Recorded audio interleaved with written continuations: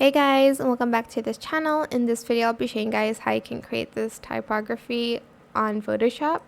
So first I just added in a color fill. I might just have it the same as the background honestly, because if it's too different it looks kind of weird for it.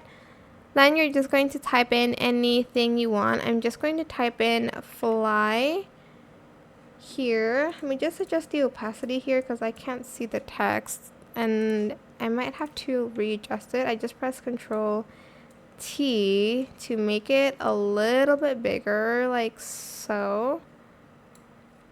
I think that's good enough for me. Select the hummingbird thing and we are going to press Control J on that, as well as the text here. We're going to place that one on top. On this one, you're going to right click and then create clipping mask. I'm also just going to up the opacity a little bit on that one. And then on this one, we are going to select the subject. And we're going to press clipping mask. Then on this one, we're going to put the fill at 0. And then we are going to double click on it.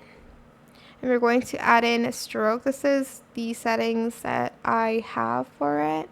Then you're going to also add in drop shadow. These are all the settings I have for it as well. Select OK, and that is pretty much it really. Again, you can change the background to any color that you'd like. I hope this tutorial was helpful for you guys. Don't forget to like, comment, share, and also subscribe to this channel if you haven't done that already. If you have any more questions about this video, just leave it in the comment section down below. I will try my best to answer them all for you guys. And if you found this video helpful, please click the thanks button as well. That is it. Thank you so much for watching. Bye.